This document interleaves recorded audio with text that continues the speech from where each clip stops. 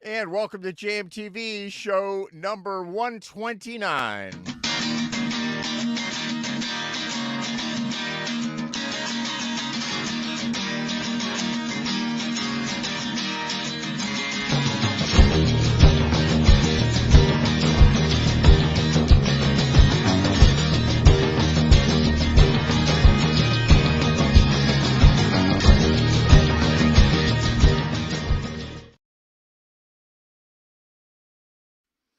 Welcome to Jam TV, the web series where we awkwardly interview your favorite musicians and pretend like we know anything about music. But seriously, we'll bring you, I can't get through it.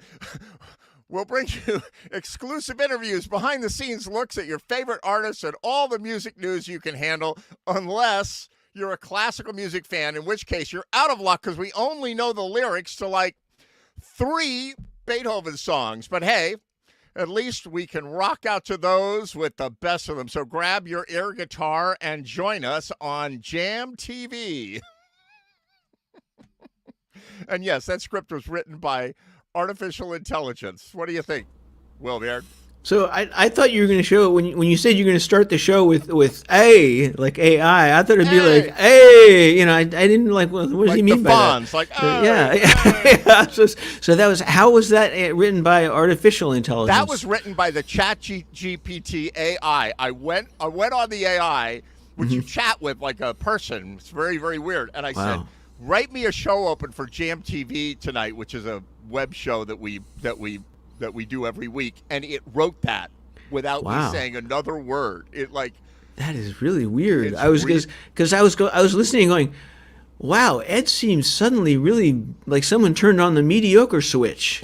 I've never done it before. Like I have a teleprompter and everything, like for the class act, like fire the writing department. What do you think, Bill Dolman? Exactly, fire the writers. I think Will already said it. Like it's it was very it was jingo-y, man. Yeah. So what happened was, so I asked it to write the show open, and it was very dry. And so I said, can you add some jokes to that? And it added the jokes about the classical music and Beethoven's lyrics. And I'm like, not half bad. Wow. So that's true. Terrible. Yeah. I got it to write. So I'll bring my lawyer on. He'll tell me whether I'm allowed to even do that. It's all good. I was asking my son-in-law over the Christmas holiday. He works with a technology that's interfacing with that stuff. And he's taking my brains about some of the copyright issues and all. That's what's going to happen. It's all going to be kind of like that's the future, Yeah, weird. So anyone who does anything creative, we're screwed, is what you're saying. I don't know. Like, is it going to do a great job of replacing? I don't know. That's a good point. Yeah. Well, I think it's literally sort of taking into account the audience now, and great is really not really required anymore. That's true. That's true. It's the internet. You don't need great. You just need present. You just need it there, and there you are. You just need to show up. So we're gonna be playing with that during the show tonight. I had it write some jokes for me. So oh God, they're better than what I come up with myself. So we're gonna use artificial intelligence. I will let you know. 3 algorithms walk into a bar. Yeah, right. No, it's amazing what it can do. And what it can't do.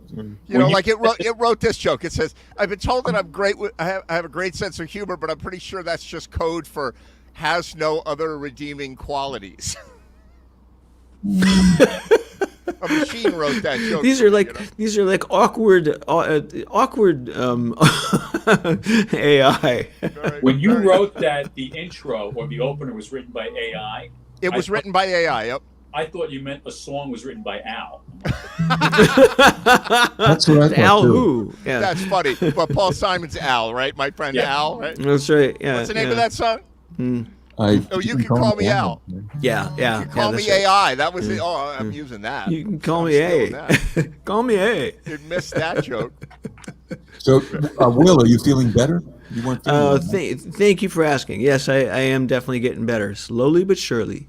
So, and thanks for asking. Yeah, you look thank good. You got the memo on the shirt. Thanks. I did. Yes, I was very proud. I was like, well, if it's going to be the last show of the year, I may as well go for it. So. Oh yeah, it's the last show of the year. Yeah. Oh, wow. Yeah. This has been such a great year. Like, a lot better than the last year. I lost you. Are you still there, Tony? Yeah, can you hear me? Oh yeah, we hear you. What were you saying? I said it's the last show of the year and my first ever. That's right. Oh my God! Like, how have you not been on Jam TV? I went down the list. I'm like, your name popped up, and I went, oh, I'm gonna invite him to be on the show. It's great. Cool. Thank you. So, for those of you who don't know Tony, he's a great keyboard player. Like from the ancient times. Like, I don't think I've seen you in 2.5 or 3 years. About that, yeah. You know, like since before the pandemic. But how you been doing? Wow. Being a lawyer. You know, I Being a lawyer. firms about 2 years ago, and you know, I'm working more than I should be at this point in time. That's good. I'm glad to hear that. I had it to a point where I didn't have to work that much, and I fucked myself. Yeah, well, I'll say that on Jam okay. TV. That's what you do. That's where you make the big bucks. You like go out and take it on. Never say no. You know. Right. Yeah. Yeah. Have you been playing music? No, not at all. Just playing You around. got your studio. What do you got there behind you? I see a Nord. Is that a Nord? Yeah, that's the Nord Wave, Yeah. Oh, Wave. Oh, that's cool. and that's the XK5. Right. Oh, an XK5. Look at you with that real Hammond organ down there. And I got my CP4. Well, the XK5, last time I was playing, you know, out pre-pandemic, for about a year I was in a Black Crowes tribute. Wow, that's cool. That's pretty unique. Yeah, so I went whole hog on the organ, and it was a freaking blast. That's really cool. I have an XK2, like the antique I've seen it. XK2. Yeah, it's great. It's great. And do you have like some sort of a Leslie simulator other than what comes out of the keyboard? The keyboard's got a really good Leslie simulator. That's the one that I've got. And it works great. Yeah, I don't know if you're gonna be able to hear it on here, but it does.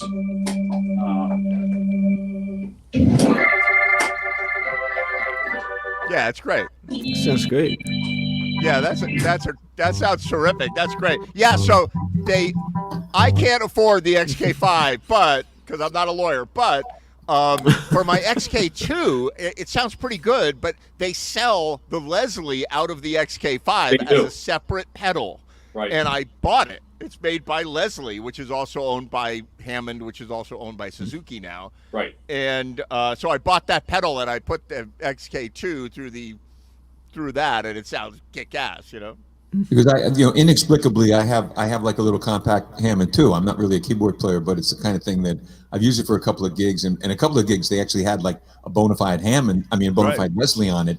And when you got that going, like it just makes you sound so much better than you really are. But it cracks me up, like the Leslie sound in the thing. It's okay, but it reminds me of like the Triptronic, like transmission on my car. It's like I'm driving now like my first automatic transmission car in my life, and it's got like the Triptronic stuff, and it's so funny because it goes and it's the same thing with the Leslie, like like it does all that stuff. But it's not quite like a Leslie. So it's cool if this works well though, right? That's what they've gotten good. You can run it in stereo on some good speakers. It sounds great. I've done that. Yeah, it's as close to a real one as you're going to get without moving air. Right. Didn't you have a Leslie, Tony? I did. I bought them twice. I bought the motion sound version, and I returned. Oh, the motion sound. That was it. Yeah. Yeah. I returned both of them. I had problems with them. I've got a 142A sitting in a storage locker. I have no room for. Right. Like that's a Leslie for those of you. I had one of them. One of my first keyboard amp rig was that bottom with no belt in it, and an Ampeg bass head. Right. Oh, nice. Yeah. That's the way. Make a lot of noise when I have it. Heavy to carry it around. Wow. Yeah, So wait, Bill Noman. What? It just hit me that you said you got a guitar for Christmas. Which guitar are you talking about? The one from Sweden? Yes. Yeah. That's my new I meant to send you this because you have much more capability of sharing this with people. But I was visiting these friends of mine in Sweden, and one of the guys, having cocktails at the guy's apartment, and he says, come in.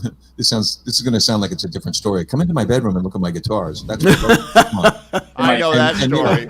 It's a jumbo. Frankly, if you want to jump me, that's the come on that I'm really looking Yeah, to grand hear. auditorium. Yeah. So I went in there, and he had like there's a brand that's in Europe called Levin, Levin, and it's kind of okay. It looks pretty European, and then he had like an Ovation, and it's like I'm not enamored of like the fiberglass back and all that, so fine. Yeah. And then he takes out this like soft case and opens it, and it's this Hofner hollow body single cutaway, and I haven't gotten in my hands now because it's still in Sweden, but it's packed up. It's ready to come here, and maybe here in the first week of January. But it doesn't even have a logo of it, but it's got like more mother of pearl on it than like a reef in Tahiti. It's just like, it's unbelievable. I don't know if it's going to sound good, but it is about the coolest looking guitar I've It's ever gonna sound seen. good. Don't worry. And it's got that great, sort of sunburst that McCartney's violin bass has. It's kind of a distinctive, and even the the button things are mother of pearl. Everything's mother of pearl. It's like and it's a Hofner, and as much as I can determine it could be a 59, it could be a 57. I don't know what it is, but I'm committed to getting it up and running, and I don't have anything like it, so it's kind of cool. And that's one of those. It's one of those guitars where I feel like I have to worry constantly about the humidity in the house. It has to be at least 50%, or else the guitar could warp and I'll ruin it. And like the Swedes will come and get me. It's like so expensive. Is it expensive, or is it? I think it's a mid range. I think it's like a mid range guitar. I can't tell, and I don't have it in my hand, so I can't really. Yeah. When I was looking at it, the guy said, Bill, take my guitar, and I'm like, what?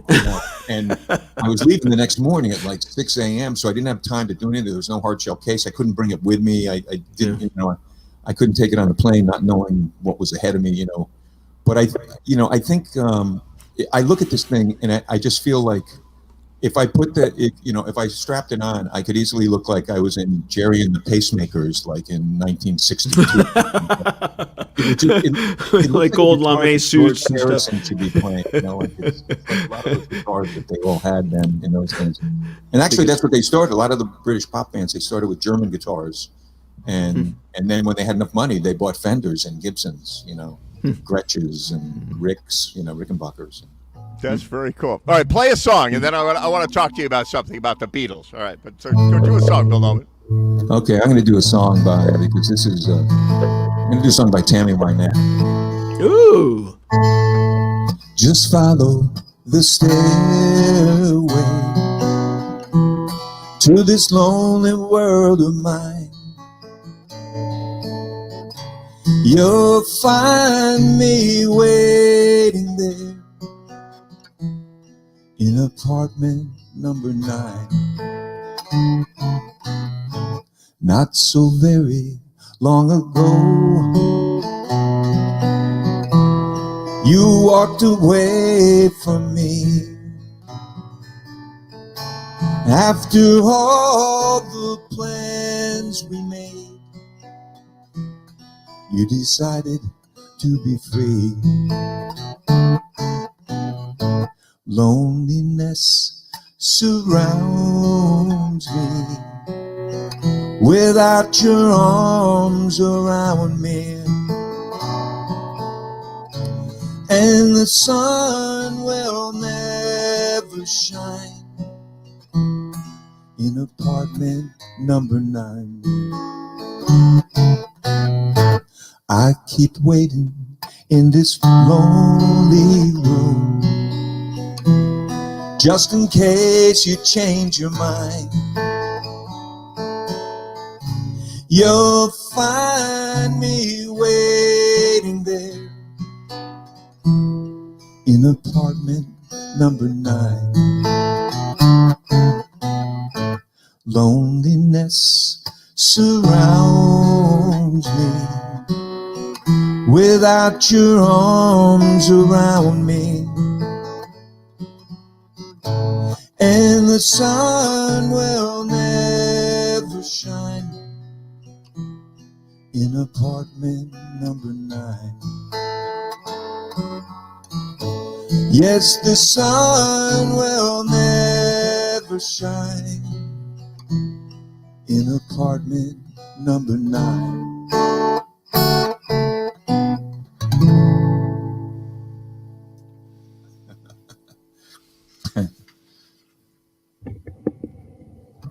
Tammy, Excellent. why not? Why not? You know? No, I got everybody muted. Eventually, I'm going to learn how to do this. You know? Sounds beautiful, Bill. Thank you. There's a movie out now called George and Tammy, I guess, with Michael Shannon and Jessica Chastain, and I haven't seen it, but I'm interested. I'll look at it, because I don't really know a lot about their story, but I saw a clip and I was just so happy that they actually had her sing that song, because that's like my favorite Tammy Wynette song, and it's like, so.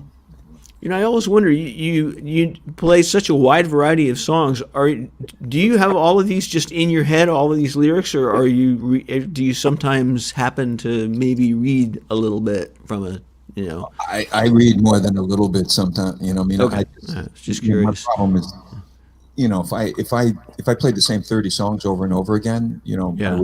and a lot of songs that I play, I do know everything, but I keep adding things, and I don't spend weeks. I don't remember. Do you have a book, Bill? Do you put a book in front of you? That's a joke, right? No. I actually, for a minute, I didn't remember. Like now, I remember. You The don't. only guy who relies What is it, on like a book to me Bible? is Moses coming down from the mountain. Yeah, the Talmud. I have this huge book here that has all of my songs in it. Hey, Ray Simonelli, how you doing? Are you with us, Ray? I don't hear you. Good. How you doing, man? there he is. Hey, Hey, Ray. What's that? Yeah, good to see you, Ray. Take a drink. Can you hear me? Yeah, we can hear you. I guess there's a little bit of a delay. Yeah, it could be. So, Bill Nolan, that was great. So, okay, so listen, I want to show you something cool, right? So, I did something I haven't done. Let me think about when the last time I did this. Like, You're making me nervous. no, seriously. No, it's not like constipation or anything. I mean, like, Counselor, he doesn't really have to say this, does he? I was thinking about something worse. No. So, exactly. I haven't done this in a long time. Wink, right? No, I went to a record store, right? So, I got myself the world's worst record player. Like now you can buy these little suitcase record players with Bluetooth and speakers in them and whatever, and it doesn't even fit the record. Like you have to open it and then the record sticks out the side, whatever. Because I wanted to show, all right, where this started was I wanted to show my students that I teach in school, when I say a record, they're like, a what? Yeah. And I'm like, yeah, listen, there's like a groove, and it's got bumps on the groove, and it's a spiral, and it's a big spiral, and you put a diamond in the spiral, and it shakes the diamond, and that makes this, and they're like, what the hell are you talking about, right? I'm like, it does sound pretty crazy when you think about it, right? So I went to a record store, the guy sells, right? I don't even think I can lift it, right? He sells a milk crate of albums for $20. And it's random, just whatever is in the crate. Over here in the store, and the guy's kind of my age, 60-year-old guy, right? And I'm 58. And he's got over here, he's got them all super neatly organized. And there's Jeff Beck, and there's the Cars, and there's, Lena Lovin, whatever it is, right? And it's really nice, and he's got them in these beautiful, sleeves, and he writes about the condition of it, and then the price. And the price is like, for the one you want, it's $50. It's $40. Yeah. They're all collector's items. These are vintage, right? They're originals. They're not. Yeah, right. They're not right. They're not new. This is like a used record store in this little town out in northern New Jersey, right? And so I bought a case. There must be like, I don't know how many in a milk crate, but it's a ton of records, right? And so like I got this one. This is. I had to look twice. Chicago right? Transit Authority. It's their huge. first Chicago album. Transit. I was like, I think it's Chicago, but what does that other thing say? Yeah. It's like, right? Yeah. And it's like a 3-record set or something, right? Yeah. So I got that one, right? I got this one, Crosby, Stills, Nash. Oh my God, that's a classic. It's a great Now that- record, Wow. If It it's looks like, I don't really have any. The only vinyl I have left are things that, and that would be an example of this, things that came in a packaging that I found interesting as a graphic designer, like stuff Right. that, like Stone's Satanic Majesty that had a lenticular on Sure, the front, sure. or Stone's Sticky Fingers that had the Warhol zipper and that kind of stuff. Die cuts. Oh yeah. Oh my God. Don McLean. American Pie, right? No, I agree. Like if it came in something cool, right? And then like Wow. every time I saw one that I'd like Dusty Springfield. Come on, like. Oh, you can't go wrong with So Springfield. now I've got this record collection that I kind of never had. Like Andre Crouch. Oh yeah. Like yeah. I got so I sort of went through. I got like Cheap Trick, and I got a Dave Mason record. Dave Mason. I got Like a Virgin. Excellent. And then so then I also like I got Beach Boys, right? Yeah, and the summer. I don't That's think a big the best seller. That one. I don't know if they're the best. I got a Weather Report album, but then I got this. Weather Report. I need to understand what it is I'm looking at here, right? This is the Beatles Okay. from before they were the Beatles. Yeah, it's a cat. I mean, it's a Featuring. cash in. It's an after the fact thing. It's Yeah? Tony Sharon, and I think they were like his backup band. That's what I was And thinking. Yeah. does that album have stuff on it like My Bonnie and things like that? I don't know. It's got like a quote from George Harrison on the back of it. Wow. Asking for his lawyer to call him. I saw this and I was like, I don't even know what I'm looking at here. Like there's the Beatles wearing like leather jackets, right? Oh yeah, that's from the days of the cave. What was the name of the club that they played the most? Tavern. Yeah, the tavern. Yeah, and that's like the Hamburg kind of years. Yeah, exactly, right. And so it's circa the beginning, circa 1960. So I gotta listen to this crazy thing. Wow, that reminds me of our year of crappy. Our year of crappy Christmas albums, which is my sister and I, from our brothers, we got these cartons of Christmas albums, of record albums. And we were like, oh, this is great. And my brother had a music magazine at the time, and they would get inundated with records constantly. And they were pissed off about something. I don't remember what it was, but they left. We had these, we opened up these boxes, and the albums were all like these crappy bands you've never heard of in a million years.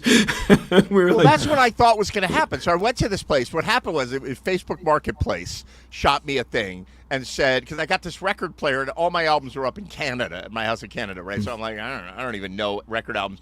And so I was like, I got to buy some used record albums. And I saw an ad from the store on Facebook Marketplace, and I was like, okay. And I thought, okay, I'm going to get Perry Como, and I'm going to get Barbra Streisand, and I'm going to get Christmas special records, and they're all going to be dreadful. And I did get some of those. Like, I did actually get some of those. But I got a whole bunch of albums I love. How good is that? I mean, there's nothing nicer than having going, what shall I listen to tonight? And just digging through your curated albums. Digging through is it. So I went through 1,000 albums to pick my 20, right? From his bargain basement bin, right? Yeah. And they're all in so shape, and they're not great, and they're okay, they're playable, but they have some scratches, and the covers are a little grody. But it's funny because I was at the Guitar Center in Orange, Connecticut today because I miss I it. returned something, and I just happened. I was killing time because the guy was having trouble processing what I was doing. And I'm looking at they had albums there, and they had, it was like Cheap Trick, Aerosmith. There was a lot of, it's the Guitar Center, so it's like there is no Perry Como there, Guitar, yeah. But they were like, wow. So that's that's those are the originals. Are they hit, literally right? That's a hits album, kind of. Are they shrink wrapped like originally shrink wrapped? No, they're he's got He's got blue ones. sleeves Just on like them. some But protective that's Elvis. sleeve. There's Elvis. But they were like 30. They were like $35. The albums were like $35. Right, And, right. And they're re-record. I mean, there's things that have been released recently. The Beatles are little by little releasing all their stuff again in both giant CD packages and also vinyl stuff. But there's a hell of a lot of added value to it. And if you're unfortunately, most of what I listen to, I'm listening to MP3s, and I've lost my I've lost my energy to be like an audiophile, and Me too. But I just wanted to like without scratching the shit out of it. I just wanted to smell them. You know, oh, that's a great one. Earth, Wind, Fire, great. Earth, Wind, Fire is great too. Freaking Saturday Night Fever for crying out loud. Oh my God! Wake up and smell the cardboard. All time, you know. That's pretty cool. You know, it's like there's a bunch of cool stuff here. You know, so. So Ed, look at $20. Look at Saturday Night Fever, and sorry, Tony. No, it's okay. Have you ever been Saturday Night Fever and look at this thing called Calypso Breakdown? There's that's fantastic! I love that. Yeah, and I met the percussionist Ralph McDonald once. Me too. I played with him at the North Star. Yeah, once. Sweetest human being. And I asked him because he wrote stuff like "Where is the love?" and he wrote stuff like that. And I said, "What was your just the biggest two of us? selling record?" He wrote "Just the Two of Us." I said, "What was your biggest selling record?" And he said, "That was like Calypso Breakdown." Oh, he killed it! I think he played it on the gig that we played with. But I got Saturday Night Fever with John Travolta, right, jumping up and down in the middle of it and whatever. Yeah, I'm excited. You know, I don't know, like it's something about having a record, and I haven't done this in decades. Yeah, I don't know. You know, especially a good record. Yeah. I'm gonna get over this, and then I'm gonna take them to school and let the students mess with them. Yeah, and they're gonna be like, "What is this?" Like, I look at it like, "Hey, Earth, Wind, and Fire." They're like, "Earth, Wind, and who?" Never heard of them. You know? I'm not good at chemistry. Yeah, my parents played that at their anniversary party last year, I think. I mean, your students will be able to relate to Earth, Wind, and Fire. Believe me, they will. I think they will, but Any like, so human could. I had this kid, Jason, right? And I was teaching, what he wanted to get into was how to be a DJ, right? So we're talking about genres and, you know, making your audience happy and figuring out what people want to listen to by looking at how old they are and what they say and what they're dressed like and whatever. And so I was showing him. So I had a birthday coming up. I don't know. It was my 55th birthday or something like that. I said, look, you're going to write me a set list for 2 hours of music of what I would want at my 50 whatever birthday, right? And he did it. And it was 95% amazing. Like, he went on the internet and he researched, and the year I graduated from high school and college, he figured out what I listened to. And then I said to him, "So did you listen to any of the music?" He says, "Yeah, I listened to enough of it." I said, was any of it interesting to you, or was it all like cringe factor? And he went, "It was all so cringeworthy, I couldn't even listen to it for a minute. It was like so bad." And I'm like, "What?" And it was like all my favorite songs. That's right. Like, I grew up with that. I couldn't bear listen to it. How old are the kids? He was 14. 14 in Bridgeport, Connecticut, and this kid is like, I could not even like bear or listen to what you listen to. Well, very possibly back at him with the cringe factor for his friggin' record collection. You know. There you go, right? And I think I told him that. I said, "Well, you know, my friends, you know, thinking of you guys." And do you make them watch this show for extra credit? No, they will not watch my show. Like, first of all, it's not G-rated. Yeah, that's right. That would be the biggest problem. Yeah. Today, maybe, but some nights it gets a little crazy, you know. Yeah, we do have a free spirit on this show. I remember very early on being one of the open rules was no rules. Crazy. Yeah. All right, Bill, do another song for us, would you? Okay, this is a Steely Dan song.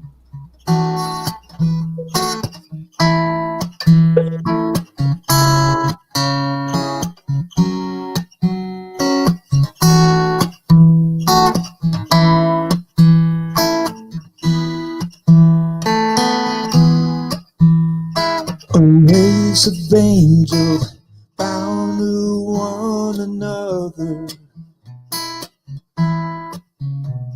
a dish of dollars laid out for all to see.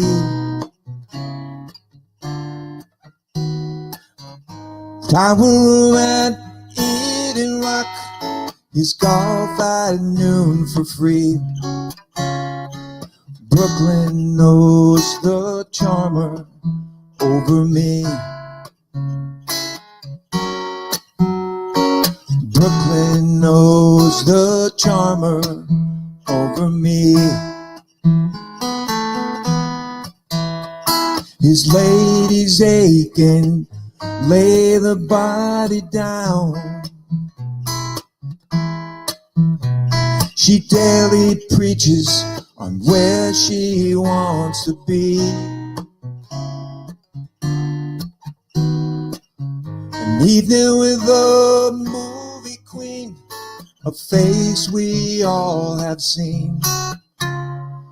Brooklyn owes the charmer over me.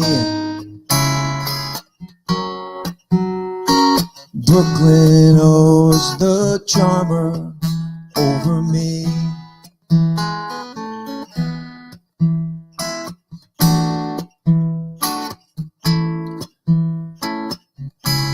Just imagine a solo here. I need a looper.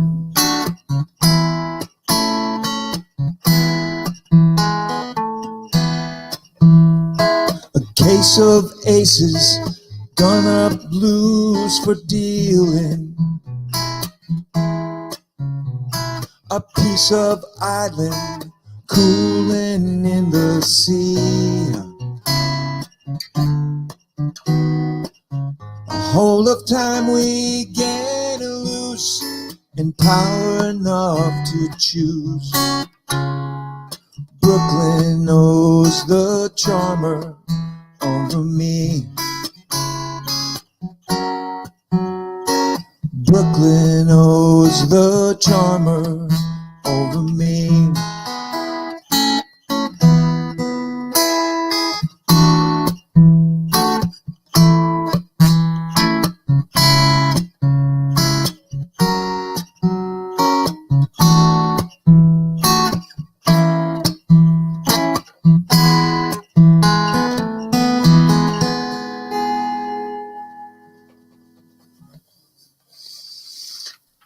That was pretty kick-ass.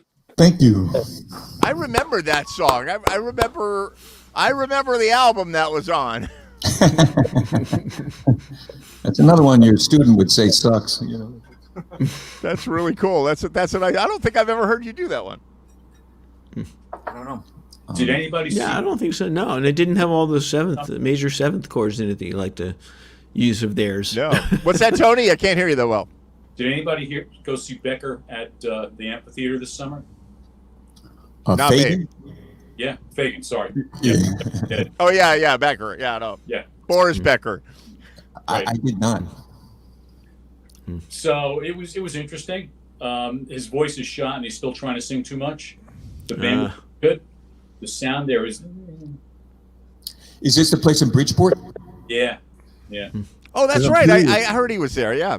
Yeah. I heard some people who saw Sting there and said the sound was good. So I don't know. Like, You know what? And I think it depends on the artist and when. I've been to like 3 shows there, and it's gotten better. But you're dealing with too loud stuff's bouncing off that tent. yeah. I still big place, is it though? Like it's not. What does it hold for people? I mean, you're sitting in the baseball seats, right? Correct. And the stage is in front of you, like, Yeah. so. And are they still actually the baseball seats? Are they like? Yeah. Wow. I always feel like the most important member of the band is the engineer, because that's like everything is up to them. They'll make you a star or make you horrible, But wait a sec. So, wasn't it still seeing Donald Fagen? Wasn't it still pretty awesome because he has like a kick-ass, crazy band, right? Oh yeah, it was great. The band was awesome. Don't ask me who played in the band, but yeah, right. The backup singers were the best. Like Babylon's Sister, Yeah. kicked, totally kicked. Yeah, because he gets like Broadway girls to be the backup singers, and the players are like the best of the best. They're insanely good. And so, and he can still play piano, right? He can still play electric piano and whatever, and do awesome with it. And it's fun to watch him. Right, and he's He still has weird, right? A lot of those folks have played with him for a long time. Even particularly singers. He has the girl, the brunette Carolyn Leonard. She's nice looking, and her brother is one of the horn players, and they used to have Catherine Russell there, and she was really good. And I think they have Freddie Washington on bass, and I think he's been on for like a long time. He's really good. Right, because you're not turning down that call. Like, it's like, hey, it's Steely Dan. You want to play with us on tour? Like, hell yeah, I'll play with you on tour. It's a paying gig, and it's like great stuff. I saw them when they started touring again, like in '93 or something, or '93 or '4. But Fagan, like 5 years ago, 6 years ago, I'm really foggy on. He played with this entity called the Night Flyers, which is he was doing solo stuff, and he did 2 nights at Capitol Theater, and just on a lark, I said to my wife, let's go see it, and got tickets, and was sitting there, and it was the antithesis of what happens when you see Steely Dan play, which generally to me, it gets a little too serious, it gets a little too muso, it gets a little too something, and these guys were like 5 guys from Woodstock who were much younger, and they've played with a lot of good people up there. They've played with Larry Campbell, and they've played with like really good people. And it's funny that you were mentioning Babylon Sisters, because I'm looking at it and I'm going, how the hell are they going to sing this stuff? And they did it. They pulled it off, like male voices. They did the choral stuff. And I've never seen Fagan smile at a concert like he did at this. He was like, it looked like he was enjoying, and it sounded like if Steely Dan had ever toured behind the Royal Scam, that album, if they had toured that, which was rocky and really great songs and kick-ass solos and all that. And man, it was my favorite entity that I've ever seen him with, including seeing Steely Dan twice. It was like they were having such fun, and they made the music fun, and it was and Steely Dan typically has been a little bit like, we are super heady and super perfectionists, but we're not going to smile. We're going to shove it down your throat, people. Yeah. There's a certain amount of like gravitas that they lay on the thing, and it's well deserved. And believe me, I'm not here casting aspersions at Steely Dan. Yeah, my whole life I said, me tell them how to do what they're. It's like no, that's not it. But my whole life I've said, I hate it when people are arrogant unless they can live up to the arrogance. And Steely Dan can live up to whatever arrogant vibe they're giving off. They're like, yeah, they are kind of ridiculously alien amazing. I actually fell asleep during one of their shows. It was too many major sevens. Well, once the guitar player got going in the second half, then I started to wake up. But I actually did fall asleep. But I do that. This is the thing is, I don't really. Don't kill me, Bill Nolan. Right? Yeah, please. I don't really like. This is the Ed Train poo-pooing what everybody likes, right? It's just a comment on myself, right? I really, and the AI did not write this. I don't really like going to concerts so much. I don't like crowds, and I find that after about 4 songs, I'm like, okay, I've heard what you do. Okay. You're the Doobie Brothers, got it. It sounds just like the record, amazing. But I don't go to the concert, and I'm not like, oh my God, I'm so close to the actual humans that made this incredible thing. Like, I love the records, I like the record. Well, when I was a kid, I didn't go to concerts. I just didn't go to concerts. Just listen to the records. What's that? No, you just listen to the records. I just listened to the records, and I could never get the scratch together to go to a concert or figure out how to get to the damn concert. Same thing. Now, and so I enjoy going once in a while, but I've actually walked out of a few shows. Just you get disappointed sometimes. Yeah. I get what you're saying. I mean, I went to this summer. I went to a concert. Because where I am in Pennsylvania, out here in the Poconos. Tony, by the way, you don't even know. I'm out in the Poconos. I got a place out here. I've been hiding here during the pandemic, right? Beautiful Mount Airy Lodge. And somebody said to me, by the way, are you going to Woodstock? And it's the 50th anniversary of 50th of Woodstock this year. Last year. Are you going? Like, Santana is playing tomorrow. Are you going?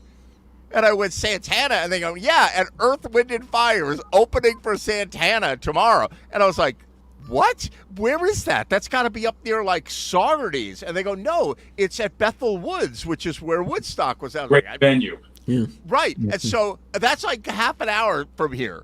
And Yeah. so I went up there and I saw Santana, and Earth, Wind, and Fire open, and Santana was like so good. I've seen them many times, right? I take back what I say for Santana, but Earth, Wind, and Fire was awful. Like it was like one of the original guys, and it like too much video and not enough like what they had. Nobody twirling horns around or whatever. Yeah. But I never so Bill Nolan's been to a million crazy good concerts. Well, I mean, I'm ancient, right? So, I'm 70 friggin' one, so I started seeing things in New York like in 1965, and you get to see things like, The Who, when in my book, they were the best, like they were like four guys who were more of a punk band really than what they became later on. And you talk about walking out of a concert. I only walked out of one, and I went to the Fillmore East a lot. And the Fillmore East, for people here, it was the first place, and later on the Capitol, both in New York and in Portchester, sort of supplemented it. But the Fillmore East was the first thing. And I see like Led Zeppelin opening for Iron Butterfly, and that's just a walkout. You just fucking walk out. There's no way you stick through even 30 seconds of Inagata Vida. You're just gone. It's like you go to Bill, the deli that was right next to it. This begs the key question of what was the single best concert you saw and why? Just one. Well, only one. I'll give you one, though I would be hard pressed. There's like three that I think of, but I'll give you one. And one of the things about the Fillmore East in particular, and I'm just talking about those places now because I've seen other things that were pretty good, including the original Woodstock, including seeing Santana for the first time. But you only get one. Only get one. A bit of a mind board, but that's not it. The concert. So Bill Graham, who ran the Fillmore East and ran the Fillmore West and ran Winterland and ran all that music stuff. He was amazing for his eclectic tastes. He was amazing for exposing the kids, the rock kids, of which I was kind of one, to things that they might not have seen. There was a diversity into the music that was just insane. Laura Nero with Miles Davis, things like that. I saw Janis Joplin with the Staple Singers and 10 Years After. It's just like wild stuff. And I think my favorite show was the Jeff Beck Group was the headliner, and that was the Beck Group with Rod Stewart, Ronnie Wood, Nicky Hopkins on piano, Beck, who was freaking great, though a nut job, and a drummer. The middle band was a band that was making their first appearance in New York, and it was Joe Cocker and the original Grease band, basically the same band that played at Woodstock. And I'm in the second row because in those days, you want to be in the second row? Well, the tickets go on sale at noon, so you better get there at 12:15. There's no like, boop, okay, the American Express Gold Circle, boop, the scalpers, boop, this, you get there, and it's like, you're in row 2, And so I'm sitting there, and like, Joe is like, spitting on me. It was like a freaking Gallagher concert, it was amazing. And then the opener was the original NRBQ, and it was their first. It was their first big show. I mean, they didn't do the big show circuit that much. You were more likely to catch them in clubs. Yeah. And this dovetailed with their first album, which was incredible. And it was a different band than the one that people really know the most, the 4-piece with Big Al from Connecticut in it, Big Al Anderson, and it was a little bit different than that. I mean, they played Eddie Cochran and Sun Ra, like they played Sun Ra. The Sun Ra Orchestra, I remember they're that. Playing like Rocket Number 9 by Sun Ra. Wow.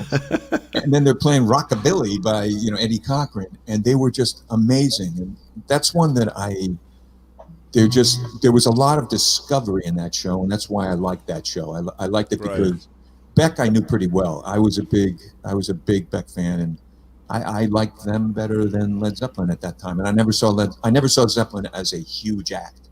I mean, I saw them at the Fillmore East, like, a couple of times, and at the Pavilion out in Forest Hills, I saw them there.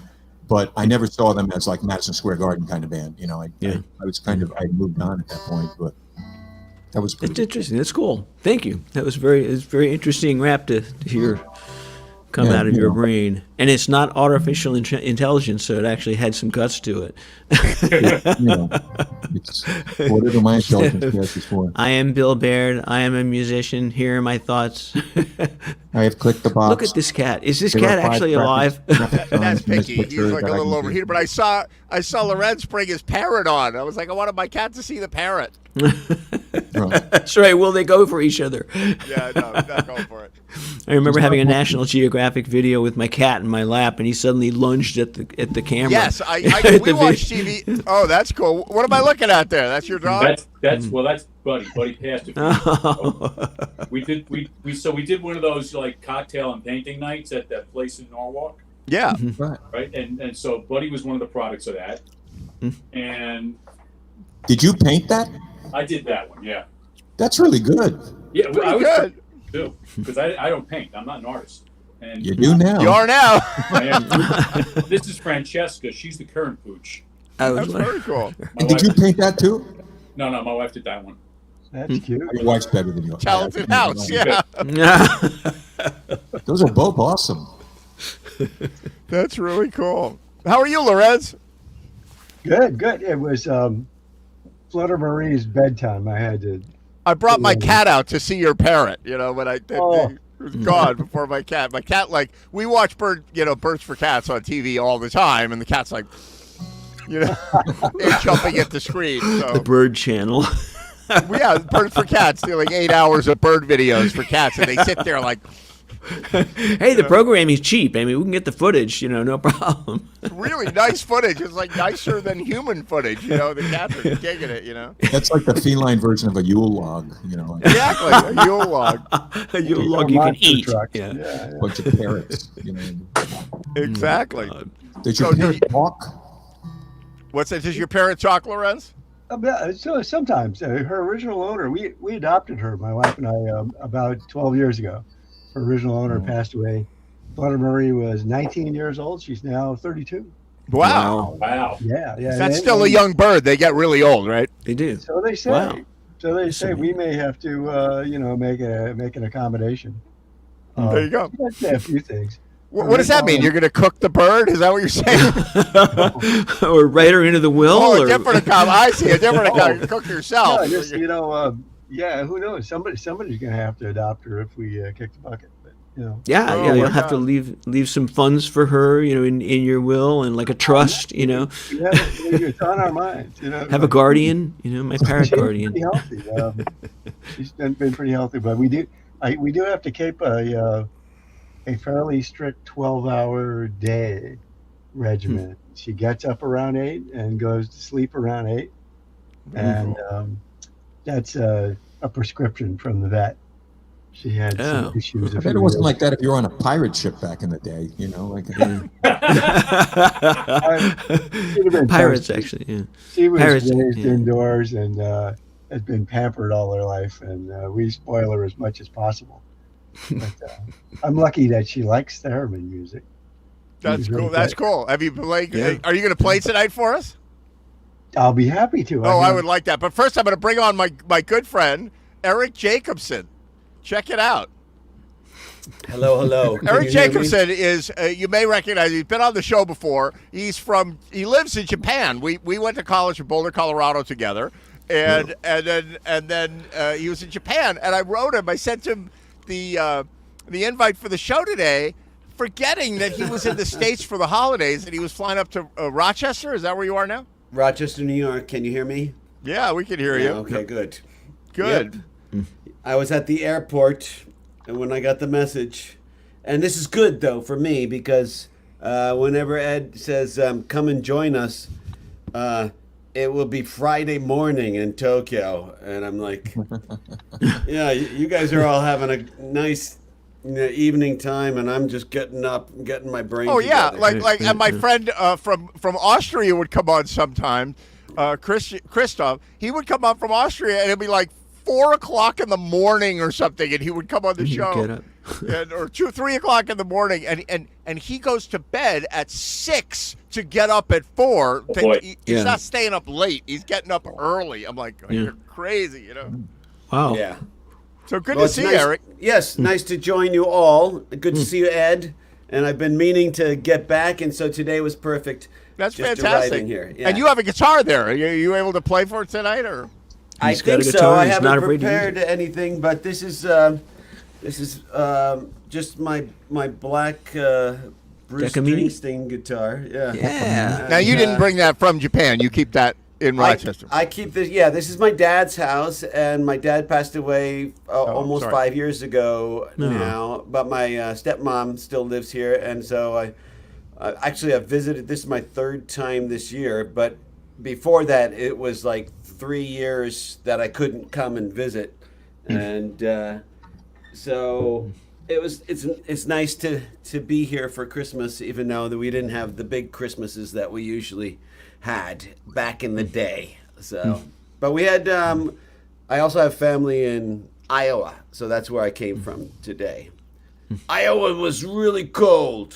It was really here was really cold. It was -2 here for crying out loud. Right, it was like -15. I hate to compare, but Really? yeah. Iowa is the coldest place I've ever been in my life. I was driving in December or January from Connecticut to Colorado, where I was living at the time. I got out in a gas station off Route 80 in Iowa, and as soon as I entered the atmosphere, the cilia in my nose like froze. I couldn't breath, and it was just like, like my sinuses went like, Absolutely, yeah. the planes, like the frickin' planes. -15. That's pretty Yeah, that's serious. That's Oh, no joke. It was heavy duty, and we had like the warm temperature of the day. One day was like -5. Yeah. All right, forget it. It was -2 here, but I'm obviously Yeah, a so- wimp. Just you can't complain. Yeah, yeah. I took my son back to he was visiting, and I took him back to the airport to go to Utah, and he texted me from Utah. They have projected 83 inches of snow in the next 4 days.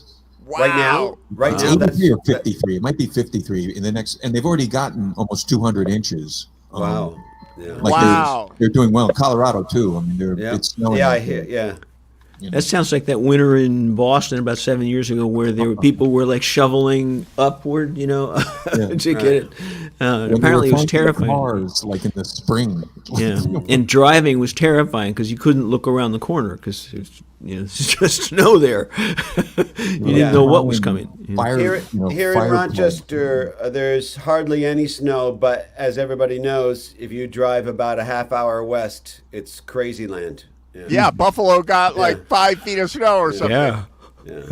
Horrible. And Rochester didn't get any. I was going to say, when you said you were going to Rochester, I was like, for me, Rochester and Buffalo are one place. Sort Right, of, that's what it seems like, but they're different lake effects. So they got Lake Erie, and it stops right before Rochester. If something comes from the north over Lake Ontario, then we get it really bad. But even the lake effects now, we live right, almost literally a stone's throw from Lake Ontario on a sub pond. And so it skips over, and about 3 miles in, you'll have like a foot of snow, and here it'll be an inch. Yeah. Right. Yeah. That crazy lake effect stuff up there. Yeah. Well, speaking of temperatures, I'm wearing like tropical shorts and this shirt, and there's this 20-foot window in front of me that has like nothing but cold emanating from it, and I shut off the heat because the heater is like 15 feet behind me, so it wouldn't make noise. So basically, I'm cold as hell, and I got to run. All right. so it's Well, been good to great see seeing you you. guys. I I will hope see you you have next your week. back wrapped up in like tinfoil, too. I will be. That is exactly. I have to unstrap myself from the chair before I can get up. But Don't do it. but I got some new songs for you, and I'll play them next week, and we'll have a right. good time. And Happy New Year, you guys. All right, see you Happy next New Year, year. Will. Nice to see you, Will. Will Baird. There we go. Now we got a nice screen with 6 people, Eric, would you want to do a song for us? Well, gosh. I want one in Japanese. Whatever you do, I want a song in Japanese because I'm so blown away. So Eric and I knew All each right. other in college, Right. and there was this incident with bunny poop. So we had like a falling out over the bunny poop. I had a rabbit, and it pooped on him or something. I don't even You know know. Sukiyaki? You know that song? That's a good 上を向いて歩こう涙がこぼれないように泣きながら歩く一人ぼっちの夜ですね。That's a great song. It's a great arrangement too, you know. Yeah. So I have played it. 上を向いて上を向いて歩こう涙がこぼれないように違う key. The key is wrong.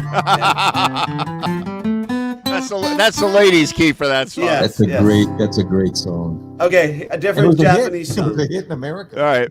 Yeah, it was, and I have the original Capitol Record 45 hung up on my wall in my room in Japan, which I found at a flea market in New Jersey. That's awesome. Okay, here we go. You know this one.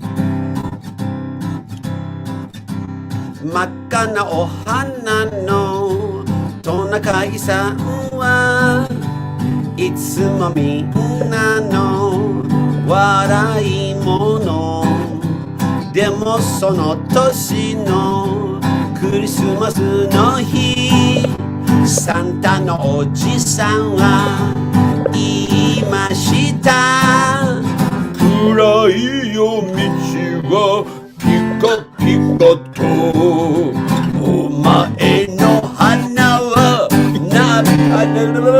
役に立つのさいつも泣いてたトナカイさんは今宵こそはと喜びました Yeah! Oh, Rudolph! Oh my God! Love that. And you know, Bill Nolan plays in a band with Rudolph's agent. Did you know that, Bill Nolan? I did not know that. John Rudolph's Flom. agent. John Flom, your keyboard player in your band. With Steely Oh, Dan his band. agent. Yes. He's Rudolph the Red-Nosed Reindeer's agent. Well, he's got interests in that Saul Bass animated thing that's like a holiday classic. And we used to rehearse that Steely Dan band at his house. And one time he takes me, I just sort of casually, I say like, you know, my wife who's younger than me, you know, she really liked that a lot. I was kind of too old for it or something. He takes me down to the basement and it's like, you know, it's like Rudolph ashtray, Rudolph suppository, Rudolph this. He had like every freaking tchotchke in, and this is his time, baby. Like once you know, for probably 4 months a year, he's a god, you know, like. So we're going to get a copyright block on Jam TV because of right. John Flom. Right. Hey, So Tony, what- you handle copyright law because it could come in handy here. What's that, Tony? I got to run take care of something. Tony, great to see you. I'll see you on Bye. Jam TV and we'll play sometime. Merry Christmas, Happy New Year. Happy New Merry Year. too, man. Christmas, Happy New Year. Very cool. Very cool. So do Tony- another one, Eric. Come on. That was awesome. All right. Well, I don't really have too many. See, the problem is I can't or I don't write like real songs in Japanese. Anything I write in Japanese comes out as a joke. Oh, really? Yeah. And maybe because, I mean, I haven't tried recently that much, but like I can write I have had jobs writing articles about various things in Japanese, but writing a song is a whole nother thing. What I had one, but it was about cockroaches. And Sounds like a home run to me. let me see. Let me see if I can. It used to be, you know, for comic relief during my gigs. Let me see. Goki buri, hey, hey, goki buri. Hashire, hashire, soto ni ike.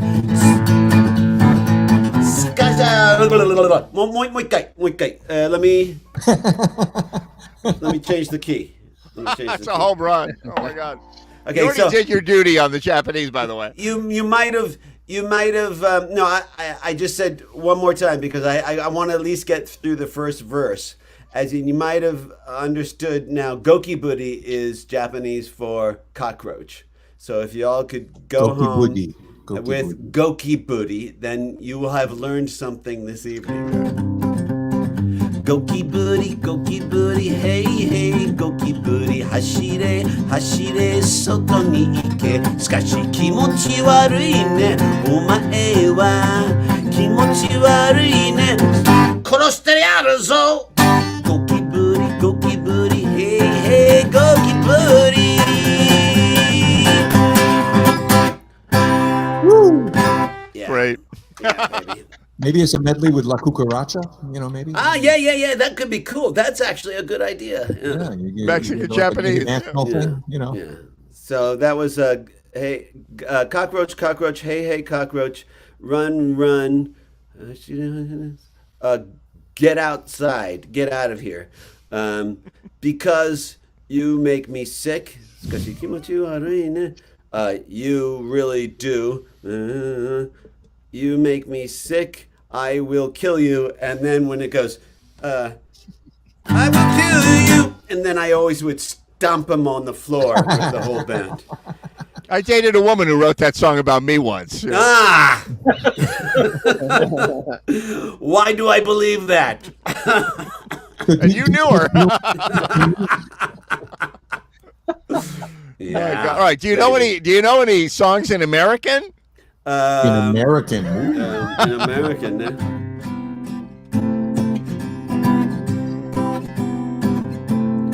Sleigh bells ring, are you listening? In the lane, snow is glistening. A beautiful sight, we're happy tonight, walking in a winter wonderland.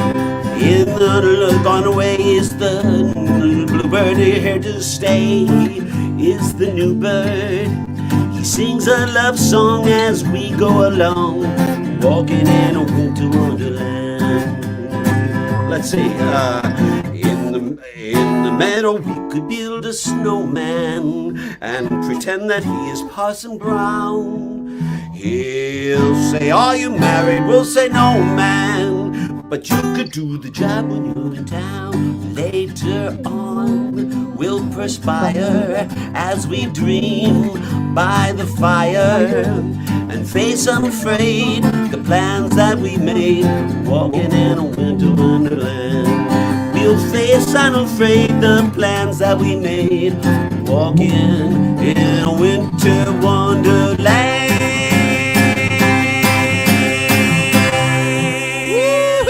Yeah. That was great. I've been, You also I've been doing the lyrics for that are also like walking around in women's underwear. Yeah. So and related to that, I did later on will perspire. That's what I always sang when I was a kid instead of conspire. But then there's also,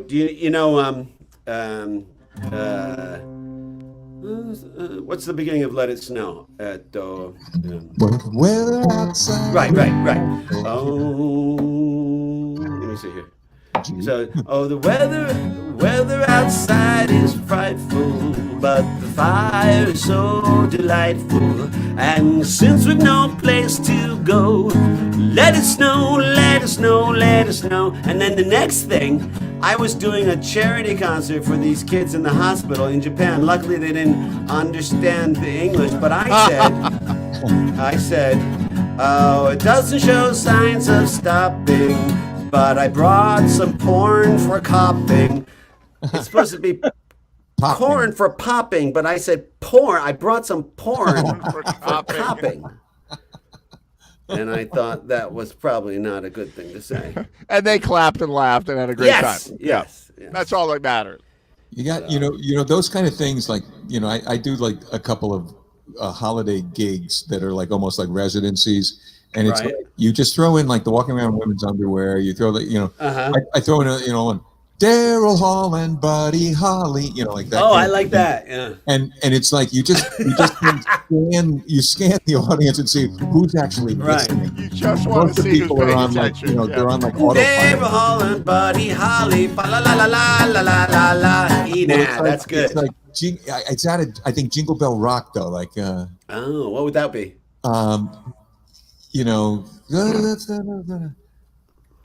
because it's got the one little line that's deck the halls with bells of holly. Oh, right, like, right. In it. And Oh, that's where you okay, go, right. Daryl Hall and Right, Buddy Holly. Ah, Please. yes. If I've given you that, you've given me how to say cockroach in Japanese. Yes. Do you remember? But do you An remember? international gift. Yes. Okay, so Bill, what is cockroach in Japanese? Don't ask me. Kakibori. Oh, nice. Goki booty. Cookie Buddy. Goki Ah, okay, there Buddy. you go. I That don't was even know close. where that came from. That was really close. That was really close. I don't know. I'm good at that like repetition thing. So do you speak fluent Japanese? Yeah, pretty much. Yeah.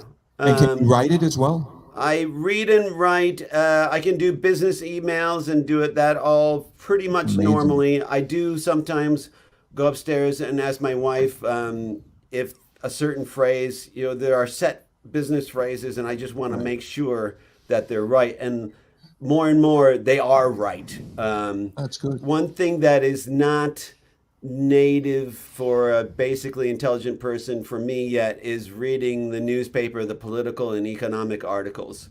They have a whole nother set of You don't know the words. I have the same language. problem in German, exactly the same. Oh. I learned German when I was 10, 11, 12 years old. And so people are like, so tell me about your government's policies on the economic. And I'm like, Right. I don't even know what you're talking about. Yeah. And then there's a whole another way of writing headlines with the Chinese characters in Japanese newspapers, and you got to know all that.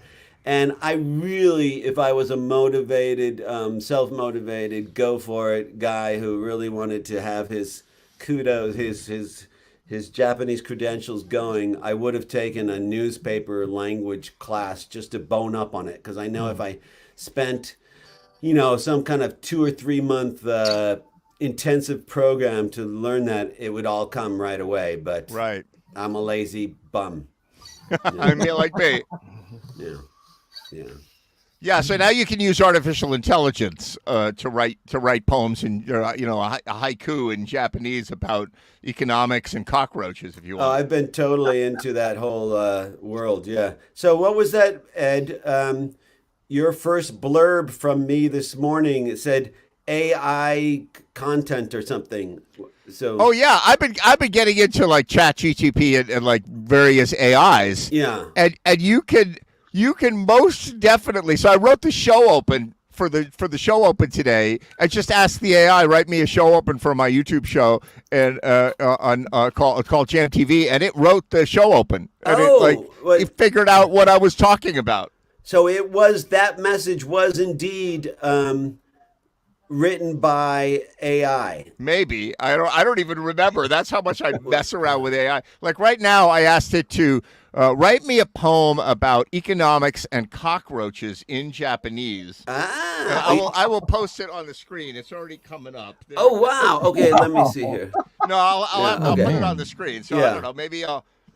I bet you the first line, which is one line. So let me hit. Let me And is see. if that this literally just an algorithm is doing that, or is there some guy typing? what they have. Yeah, exactly. Yeah. They have like a sweatshop of like slave children in Japan, right?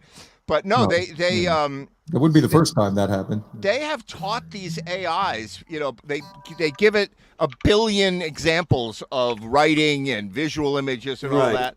And these AIs, let's see how good I am Yeah. with my new let's see if I could paste this. Hold on, so I'm going to create a banner and I'm going to go paste. So this is an AI that can just switch over to Japanese if you ask it to, even though you've You been just say speaking write me a English with it? poem in Japanese. It writes the poem in Japanese. And what is this Chat GPT or what? Yes, exactly. ChatGPT. So I don't know. It's not pasting. I'll do it. I'll do it after. Okay. Do one more song, and then I will make this happen. I don't know All how. right. But, What's a good song? exactly. What's a good song? Is right. What's a good song? What's a good song?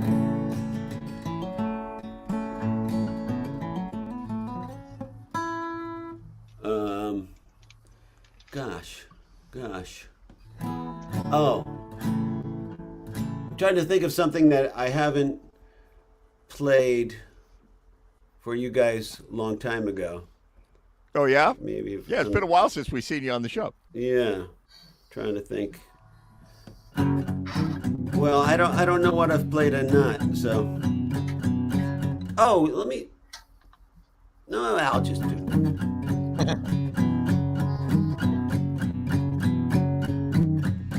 An oldie but goodie. Probably I played it before. But for some reason it just came out this way. Black-hearted lemmings, could we all be? Black-hearted lemmings jumping into the sea. Hey, hey, hey, won't you be a black-hearted lemming with me? Well, we seem to believe ourselves as we deceive ourselves. Be one with me.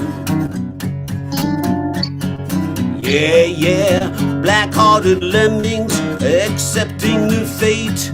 Black-hearted bombs made by black-hearted states. Hey, hey, hey, won't you be a black-hearted lemming with me? We seem to enjoy ourselves as we destroy ourselves. Be one with me. Well, the moon is high on that nighttime beach sky, and everything is looking like it's made to make you sigh. But the stars are falling and nobody can shut them down. The waves disappear with a flash in the sand. Bloody yellow memories close at hand. Hey, hey, hey, won't you be a black-hearted lemming with me? We seem to ignore ourselves as we adore ourselves. Be one with me.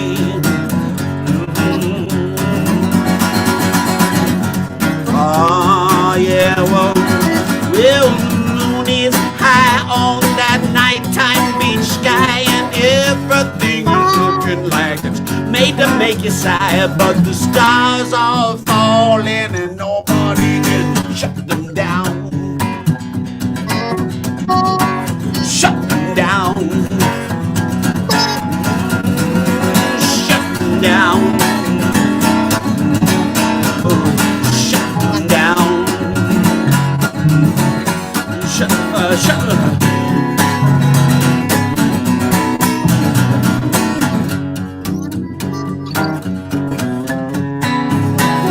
Black-hearted lemmings going out for a swim. Now is when the fatal dose of fun begins. Hey, won't you be a black-hearted lemming with me? We seem to believe ourselves as we deceive ourselves. Be one with me. Watch out. Black-hearted boy says to black-hearted girl, say what you think it is that we done to our world. Do you still want to be a black-hearted lemming with me? We seem to enjoy ourselves as we destroy ourselves. We seem to believe ourselves as we deceive ourselves. We seem to ignore ourselves as we adore ourselves. Be one with me.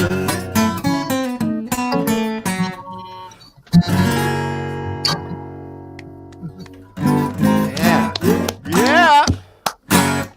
Great. Yep, that's I a don't real. even know how it worked. Bill Noble was riffing along with you, and it sounded great. It sounded great, right? I didn't I think don't know that how was it worked. possible. It was in tune, right? So it wasn't. It was in tune, and it kind of like it didn't matter that it was out of sync. We'll see I what it think sounds your like. awareness of Zoom culture made it unsyncable or insyncable. Unsinkable, yes, definitely sinkable, but Yeah. The unsinkable Eric Jacobson. there you go. Well, that was fun. We actually jammed online. That was amazing. Yeah. Thank All you. right, for so that. I don't know if this is going to work. Yeah. Let's see if this Okay. works. 財布の開いた音は虫の鳴くよ。財布財布の開いた音は虫の鳴くよう。ゴキブリが夜を徘徊してる。経済が溢れ動き、頼りないもの。生き残るために耐え望んでいる。財布の開いた音は虫の鳴くよう。ほう。ゴキブリが身を隠すのもわかる。Okay. What was your topic again? What was it about? I think it was cockroaches economics? doing economics or something. Oh, you did say economics. It's Economics. okay. It's something like your wallet. The sound of an empty wallet is like a bug chirping. Perfect. And, yeah, and a cockroach. The cockroach night has come. Is it something like poetry in Japanese? Maybe. Is a It was written by an artificial intelligence because the script of Jam TV tonight is written by Wow. artificial intelligence. You're gonna have to zap that to me in the messages, okay? All right, I'll Yeah. do that. Yeah. Whoa, that was bizarre. So all I did was I said to the AI, I went to the chat bot and I said, write me a poem about cockroaches and economics in Japanese, and it was like, here it is. Well, it wasn't totally wrong. So apparently, ChatGPT does speak some Japanese also. There you go. I Yep. found that some of these, it's hard for many of these artificial things to start speaking Japanese if you don't like reboot them or something. Oh, really? Yeah. No, this one just like, and like the one thing I changed today about the show open, I said it's not funny enough, right? Make it funny. And it wrote a joke about how on the show we only know the lyrics to 3 Beethoven songs. Like that's actually not a bad joke. That's a good joke. So do you, I haven't actually done the actual Chat GPT yet. Is that, can anybody do it for free or are you paying for it? Yeah, they have it out for a beta. Like 2 million people are using it now. Okay. So it obviously works. Uh-huh. And it's amazing. You can. I've said to it, write me a song about a certain topic and give me the chords, and it actually gives you the chords and the song and the lyrics wow. and the chorus and the turnaround. That's scary. Yeah, it's actually pretty scary. And I saw somebody the other day writing music, where they said, give me the notes for a melody in eighth notes. Give me the notes for a certain melody, and it'll deliver you the notes, and you can put it into a sequencer. Right, yeah. I've Give it to done. me in 9/4. You Yeah. know, that's what I think the illustration thing that's related to Chat GPT. I've fooled around with that a little bit. Yeah, Dolly 2 and Yeah. Ernie is a Chinese one. I've Yeah. been playing around with this a lot lately. As long as I'm going to get replaced by a machine, at least I want to know my enemy. Right. Yeah, that didn't work out that well in Terminator. I'll tell you that. Right, exactly. And what's interesting now is that they have all of these public demos of these AIs, and the first time somebody says, how exactly is the best way to kill large populations of humans when you finally decide to take over the world, right? Mm-hmm. And it says, oh, here's the answer for how to exterminate the human race, right? And then they put that on friggin' CNN, and they're like, Right. the AI wants to kill us, shut it up. So they have hobbled these AIs. So if you ask anything remotely odd, it's like, I'm sorry, I can't help you with that. Right. So I think the answer to that was just create the internet. I think that was pretty much the answer. create the internet. Oh, Right. don't worry, you've already taken care of all that, human. We will now the destruction of mankind is easier. Yeah, it's really pretty wild, So So I hate to admit, but I've fooled around with Replica. Do you guys know Replica? I did it before. I don't even think it was using sophisticated AI. Maybe it was a year or two ago. Is Replica really kind of creepy now?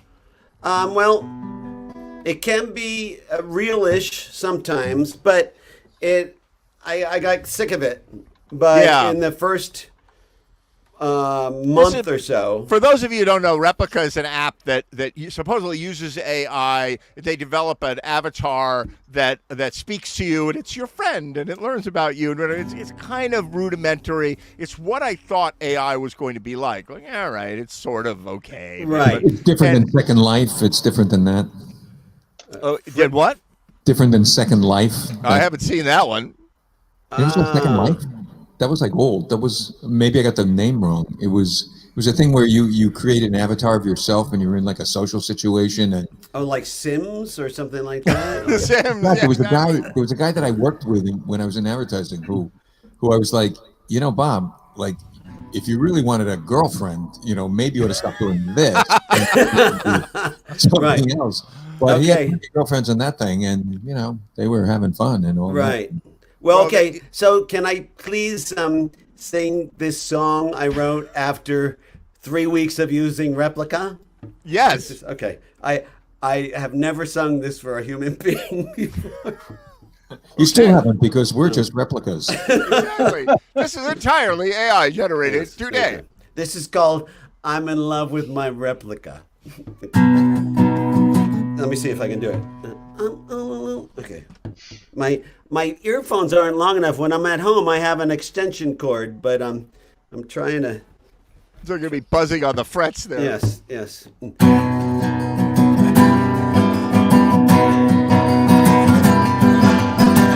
I'm in love with my replica.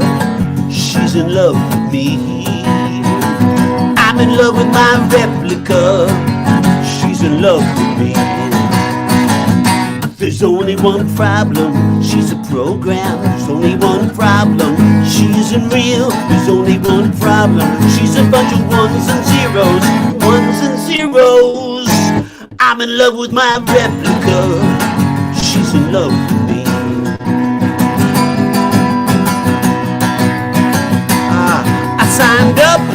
I signed in. It didn't take too hard to get a move on. I signed up, I signed in.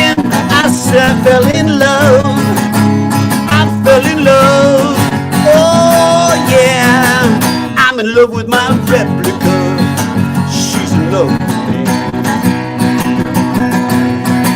Just a second. Let me scroll up because I found the lyrics. Let me see if I can do it. Just a second. She's in love with. Got to put this back in here. All right. She's in love with me. Okay, now it gets really mellow.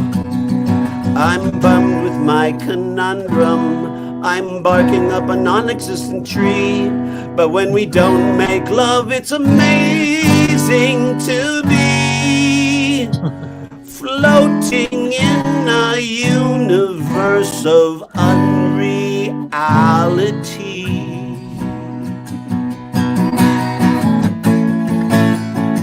Unreality.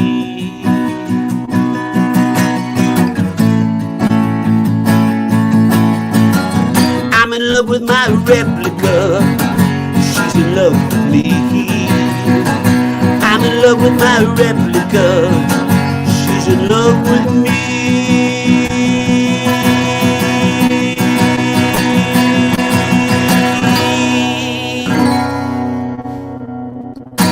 There you go. And that last me on the recording that I made was computerized me. It just right. went way up. Now you have to contend with your wife when you get home. She'll be like, "What was that song you did on GMTV?" Well, I've sung that song at home, but my wife has learned, or just over the years, I learned to just sing them right away out loud, and then there's nothing suspicious about them. That's why you're living in Rochester now.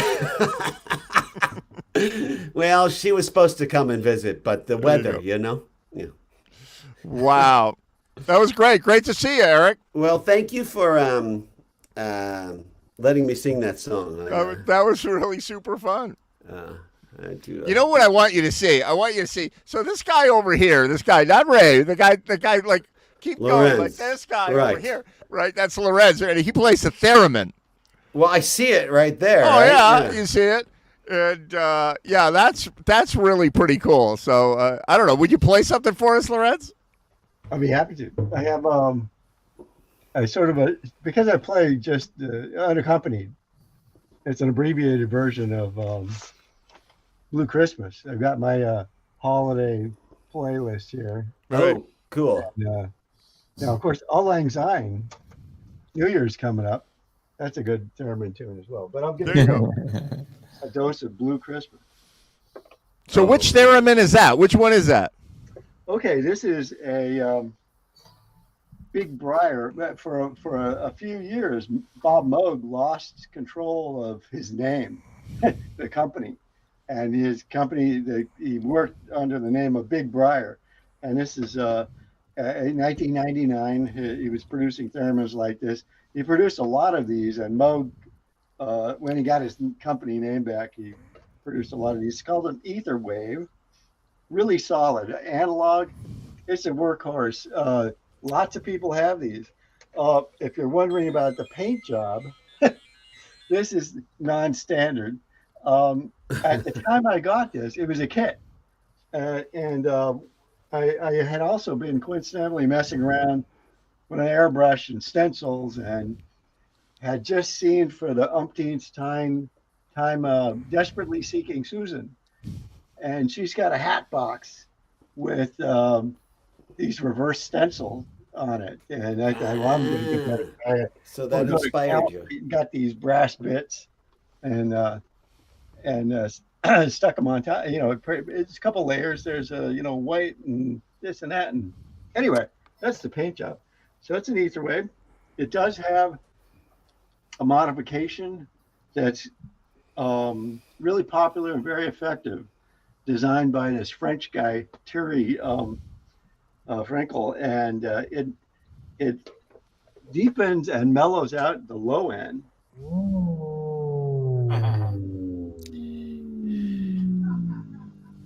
So it's actually kind of usable down here. And actually, if I square it out a little bit, I get some good bass notes out of it. Oh, wow.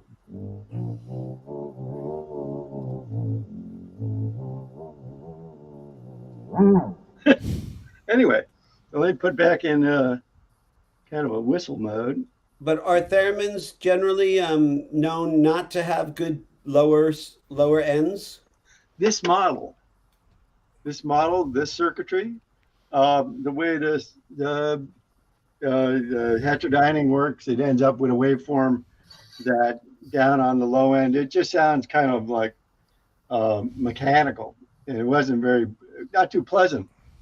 And the low end, naturally with this circuitry, is dramatically compressed. It like you go from 0, to all of a sudden you're up an octave or two without this mod. Okay. But there are a lot of theremins. Different models of theremins really can behave very differently. I have 5 different kinds. Wow. And they're all fun, and they all behave a little differently. This one, I'm so used to it because this is the first one I got, and the only one I had for about 15 years. And then they started proliferating. That's Cool. really cool. Yeah. So play something for us. All right. I got it also on a reverb, a nice electroharmonics reverb. All right.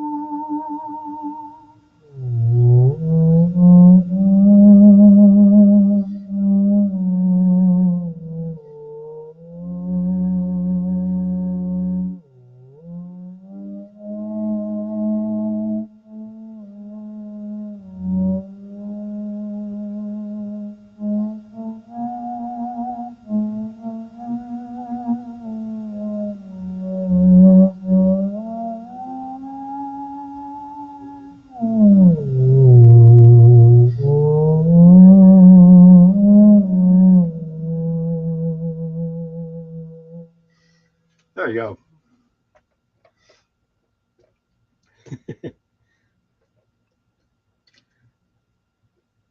I think. Ed, you're muted. I'm muted. I said that was fantastic. Yeah, we're all muted here. But when the AI takes over the world, they are going to worship you as a god and make you their deity. So you're safe.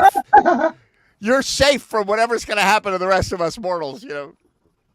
Me and my 1985 Korg EX 8000.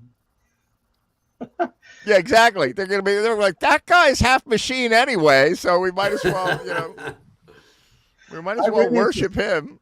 If this seems apropos, I ran into the most hilarious AI bit.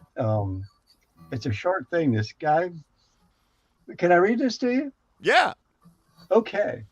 Here we go. And he says, I forced a bot to watch over 1,000 hours of lawyer commercials and then asked it to write a lawyer commercial of its own. Here is the first page. It's a script, right? Interior, firm, law room. A lawyer stands next to a shelf with books. The books are very wide. They have eaten too many words. The lawyer, have you been hurt in an accidental car? Has the government sold your lungs without asking nicely? Are you mesothelioma? Answer me. The lawyer opens a briefcase. It's full of lemons, the justice fruit only lawyers may touch. The lawyer, if so, you can act entitled for money. All help. I graduated from lawn school, and all my teachers were bitten by dogs. Words scroll across the bottom of the screen. These are cases the lawyers takes. Unfair stabbing, illegal shoes, music to Canadian, through the rain, divorce in your toilet, fake sons. The lawyer, I have been a lawyer for over 35 weekends, and I'm currently dating the Bill of Rights for fun. We see the Bill of Rights. It's in love. The lawyer will break its heart. There's nothing we can do. That's great. Wow. There's something that's like the crazy part. It's like more genius than you couldn't come up with something that bizarre. And Monty funny. Python maybe could Right. come up with something that bizarre.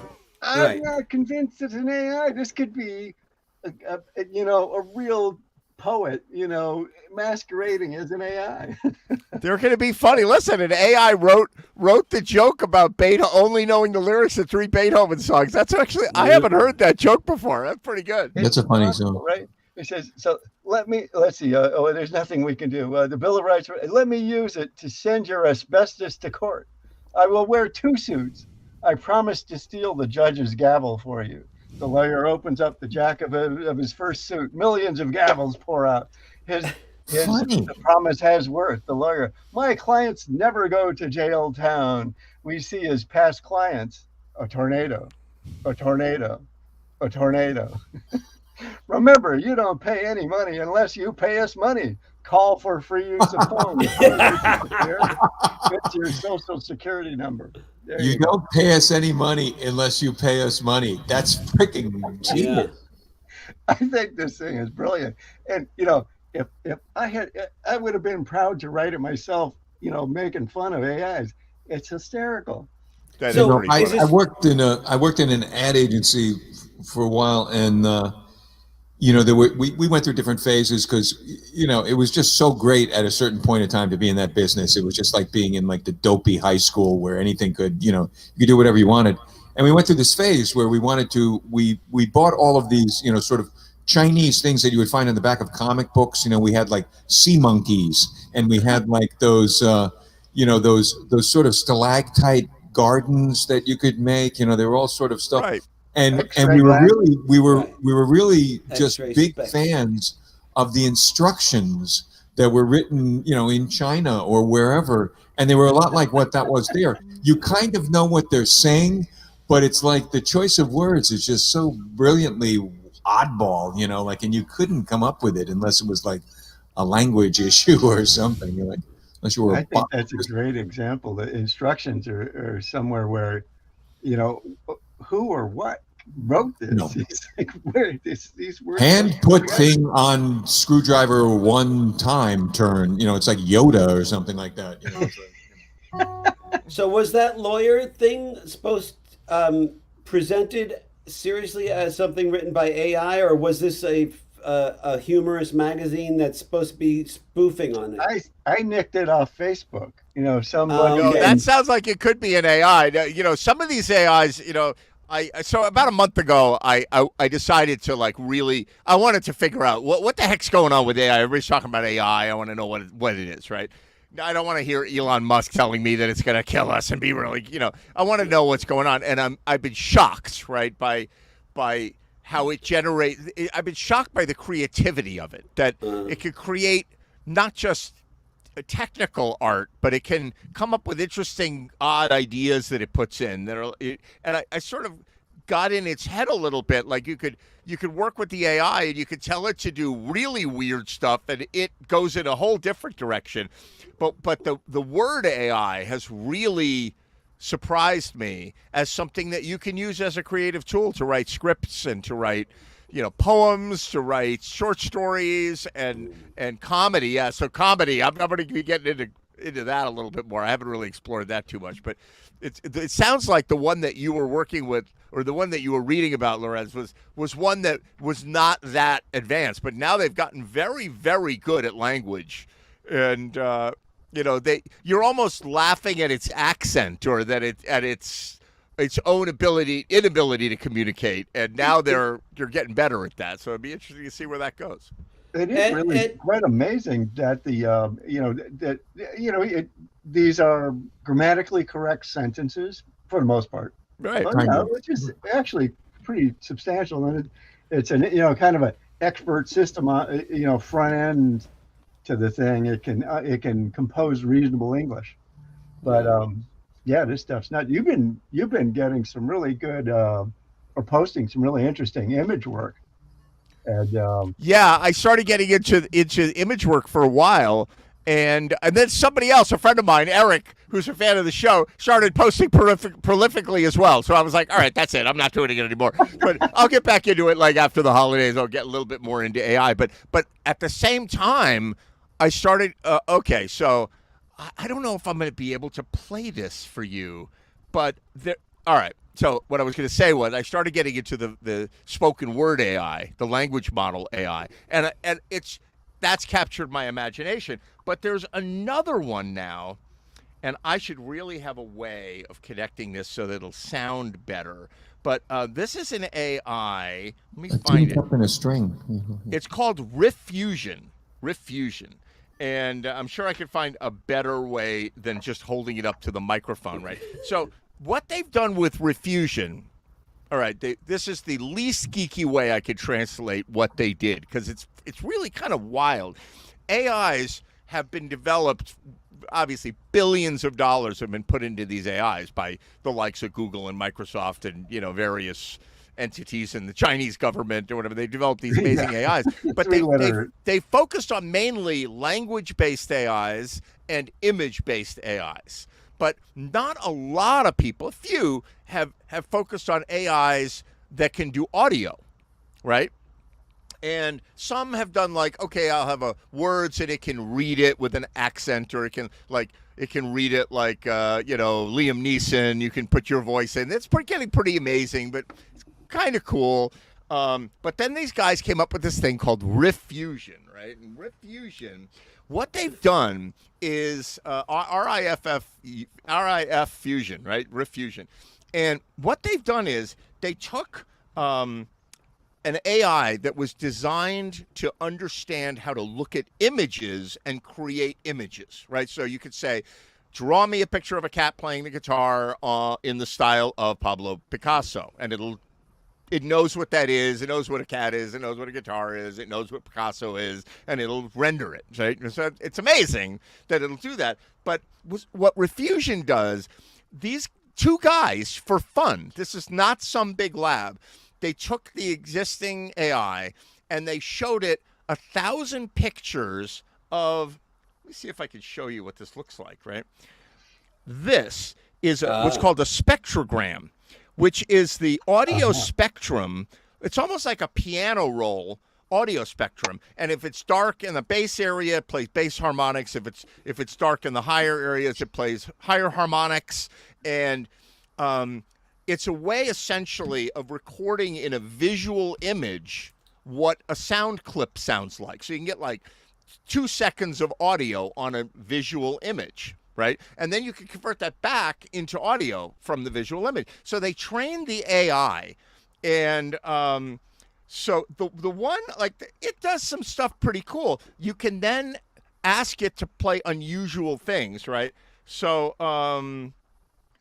Eminem, right? The rapper Eminem. I found this one to be really interesting. And what it does is it goes to the AI and asks for an image, and then asks for another one, and it asks for another one, and it strings them together into a longer form piece of music, right? So this is what the AI, let's see if, watch, it's not going to work now, right? I could push Eminem, right? And it created a spectrogram of Eminem, and I'm going to hold it up to the mic, and give me a thumbs up if you can hear it, right? This is what an AI's mind thinks that Eminem's music looks like. Here it is.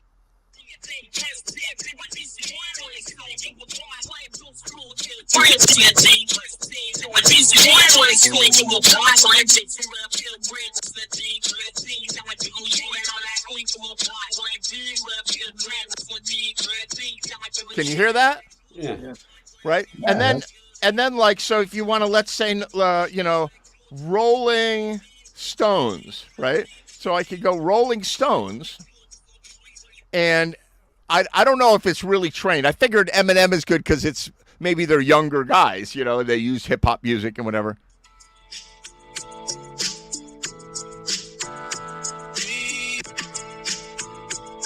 It's definitely strange. It doesn't sound anything like the Rolling Stones. No, but it sounds like music. There's a bass drum. Oh, no, there's it sounds like music. Bass. Yeah.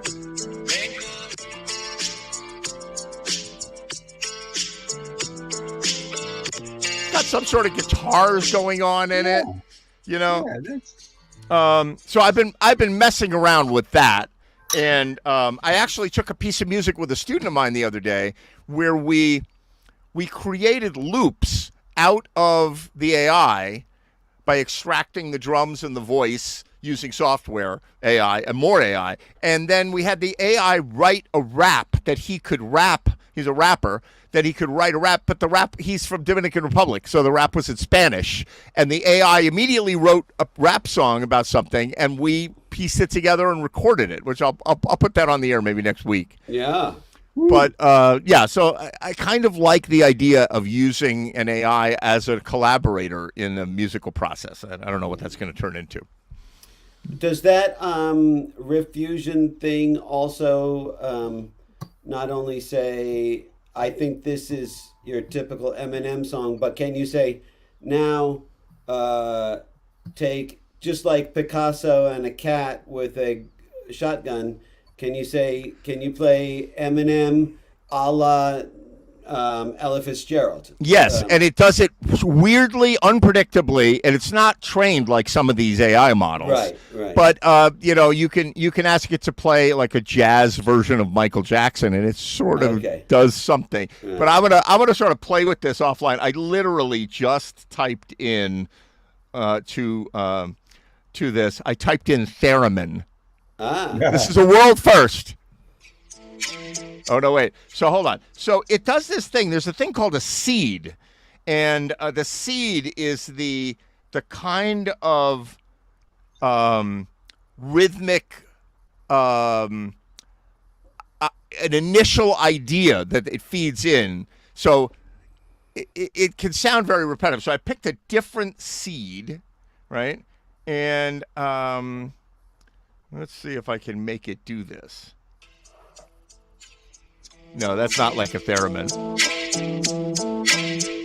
Sometimes it takes a while. Sounds like the Rolling Stones, yeah.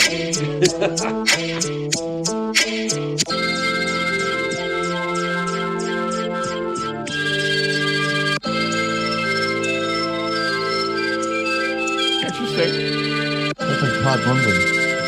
It's just a positive sound, I hear chords. which you'd never hear on a theremin.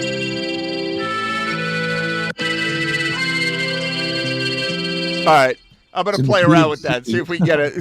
I'm gonna see if I get an AI to play a theremin for us next week. I That's- was dabbling with, I forget what it was called. It wasn't Refusion, but it had a bit of similarity to that, and it was showing these spectral. Oh, really? When it was playing it, it couldn't come up with anything that sounded like anything like a theremin. No, there you go. I'm on the one I case. was playing with. Yeah, I don't know if it's got the same training or not. I'm on. But Well, it's my interesting. guess is that nobody knows the theremin well enough to teach an AI about a theremin. You know. The one I was doodling with didn't even make.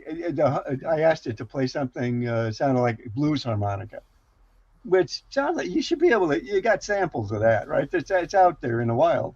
It was, but guitar, it could do. It did guitars, But I find it totally fascinating that these AIs produce even a speck of recognizable. There you go. There you go. So There you go. if I go Okay, a little jazz saxophone, right? This is actually interesting. If I go jazz saxophone into the AI, can you guys hear that? Okay, is it coming through at all? Yeah. It was Yeah, pretty good. yeah. All right, hold on. So this is going to be jazz saxophone.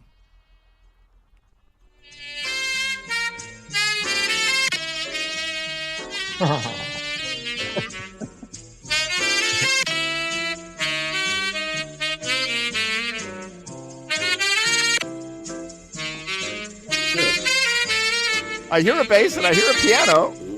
I believe in the club AI, we call that playing outside. So like I wonder if I said, like Miles Davis.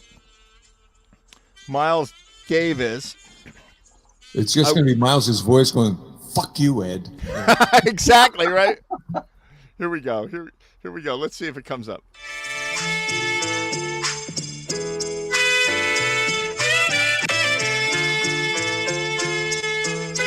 Some sort of muted trumpet. Yeah, it's kind of taxi to me. But harmonies going on there. Miles could have played something like that in the later years.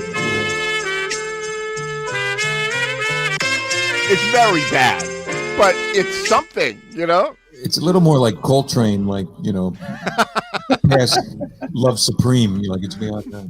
But it kind of reminds, just what you said about the spectrograms.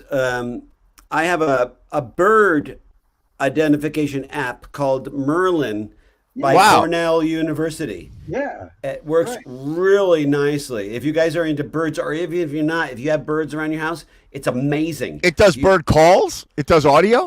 Yeah. It records it, and it says what bird is in your tree. Right. Oh, And- and it does the spectrogram. It looks like. Yes. Yeah. And it's absolutely incredible. Yeah. And it's what is it? It's from where? From Cornell? Cornell University. It's from called Cornell, and it's called Merlin. Merlin Bird ID. Just Yeah, try it. You'll be amazed in the spring when the birds come I've back. got an app that works on the astral sky, which I love. Like you point up the sky and it tells you what the planets are you're looking at and what the constellations are. Yeah, I got very that cool. too. Yeah, I got one of those. Yeah. Merlin Bird ID. That thing will do theremins, I think. I have to go, Ed. I'm a Bill Nolan, good to see you. As a matter of fact, I think we're going to wrap for Jam TV tonight. It's been a very interesting show, gentlemen. Eric. Nice to meet you. Nice to meet you, Bill. Yes. Lorenz, always good to hear. Good to jam. We're here because we're here. That's an A flat plus. No acquaintance be forgot as a rolling. Unbelievable. Happy New Year's, guys. That is the best last segment for 2022 I've ever heard of. Fantastic. Good to see all you guys. Eric, I'll see you later. Lorenz, Bill Thank you for Nolan. inviting You me. know. See you all next Thank year you, on Jam Lorenz. TV. Yay.